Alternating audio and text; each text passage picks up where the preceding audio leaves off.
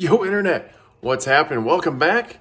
Today, we're going to do some F-150 Coyote Swap things, and that being, I'm excited to share you the first part, the mechanical solution side to get the swap done so you don't have to make it yourself. Our PCM Bracket. Oh yeah. So this is the one of two that I had made first, and I will have to make some tweaks to it a little bit. It mounts really great and everything, but I'll show you on the truck because I got the other one already mounted with the Coyote PCM. But that's the simpleness of it. Stainless steel and reasonably priced. You can check it out on our website in the link. Let's go check it out on the truck. And there it is. So that's our first gen Coyote computer mounted in place of the 5.4 or the original computer, because these came with like 3 different engines. Now, if you got a keen eye, you can kind of see one issue. That being the battery barely snuck underneath that thing, and I had to put it in first before putting the bracket in and with the computer, which is going to be a hassle. As you can see, we got plenty of room to just move that slot basically over and kind of have it basically have this side over there, shift it over, no big deal. I'll just revise that quick. What's that gonna be? Take 1.5 inches, easy peasy. We'll fix that in Fusion and have our supplier make some more for you guys. But that's the quick and dirty version. So now, as an update as far as the truck goes, I just got 11 to 14 battery harness. Got it for cheap, I can see why. No big deal here that the fact that this ground for the motor mount is eyelet is missing, but yeah, we're gonna get this thing rolling. And I have also been working on the harness itself. So this was like one last puzzle to be able to map it all out, because now I can mount this on the battery and, you know, get some rough lengths on where all the inline connectors and all that go as far as the swap harness goes. So I've been super busy on getting some lengths done. I got this harness about 80% done. Obviously, it's not loomed. I ran into another connector issue. If you've seen one of our 3D printing saga videos, I got the 70-pin connectors made by my latest supplier, and they were a little less than stellar, but they were working with all the small pins, but the big pins, and there was like resin residue, I'll call it. I'm not a expert on SLA printing or anything, but the small pins worked. About 7 of them failed over just sitting on the shelf here, and so I was like, no big deal for how cheap I got them for, as you may not remember. But the big pins here, no dice. I could not get a pin in there to save my life. I redesigned it to have much bigger gaps and smaller tangs, because we epoxy these anyway.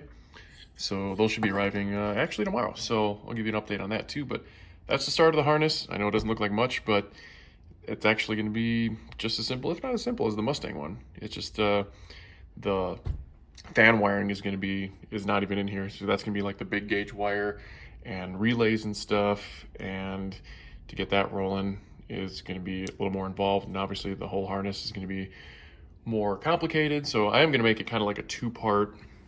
Like, if you don't want the fan wiring, I'll just include the trigger wires from the computer and you can do it yourself, or I'll have the fan wiring included as well as an option on our website. It's kind of the down and dirty news on the F-150 swap. It's been probably a couple weeks or so since I last updated.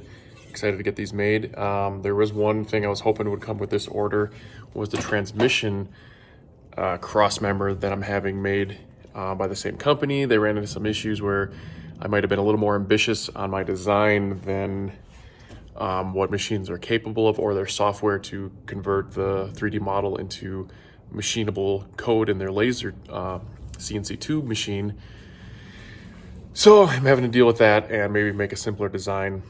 I know I showed you the mount adapter, but that's all gonna have to change. I have to actually make a whole different cross member because of the pan clearance. And yeah, so we're still rolling. I got, you know, all the other treats. I got all my wheels now for the truck that I want to put on here. I'll show those later once the truck's actually done, or, you know, close to it, and the drop kit and all that stuff.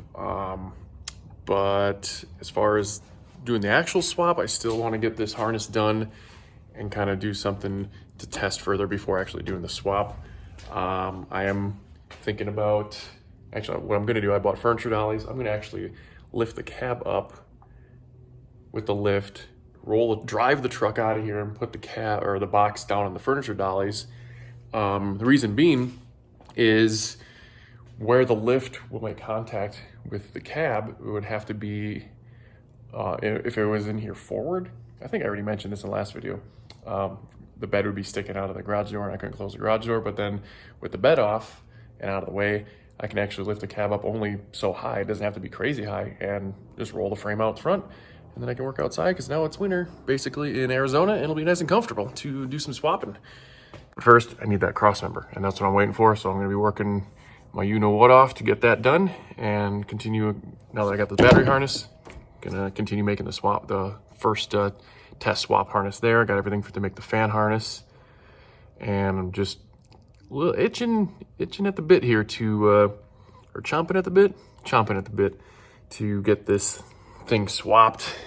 We got basically everything done. The engine's been ready. I haven't really looked at the trans yet, and yeah, we're gonna get this thing rolling as soon as I basically get a cross member and get the swap harness done. I already got the lay of the land and some length, so I'll be able to know what works and what doesn't. And worst case, I know like the tach and speedometer should work. AC should work. I was looking at, now we're gonna do a little deep dive here.